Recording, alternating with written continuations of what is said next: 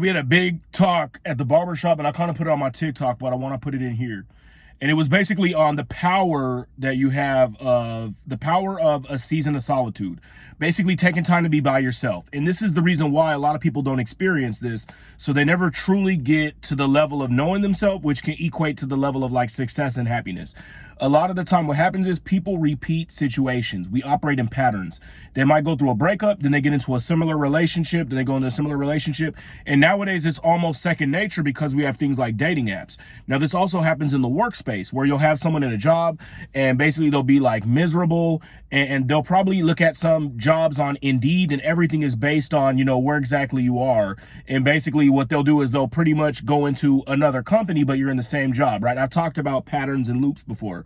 Now, the biggest thing with the season of solitude of being by yourself, and the best way I would explain for someone to do this is to go somewhere for a couple days they've never been, spend time by themselves, use the tools that they have like ChatGPT or Google, and to really figure out what it is that they want.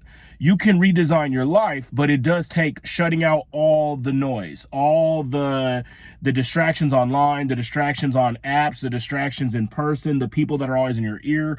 You get to this point of, I think the ultimate thing is you get to this point of, exactly who you are, and then you know exactly how powerful you are when you walk into any room that you're designed to be in. I think there's a difference with walking into rooms that are comfortable and walking into rooms where you're called into, right? You walk into a room where it's, your friends and the people you grew up with, they look at you as a certain perspective down here. Now, when you get called into a room, right, it's kind of like when you get called into a AP study course in high school or something like that, right? And it's like, hey, you kind of get like this, you're getting promoted, right? And you're like, okay, well, now I'm here, these people must see something in me. Now I have to step above.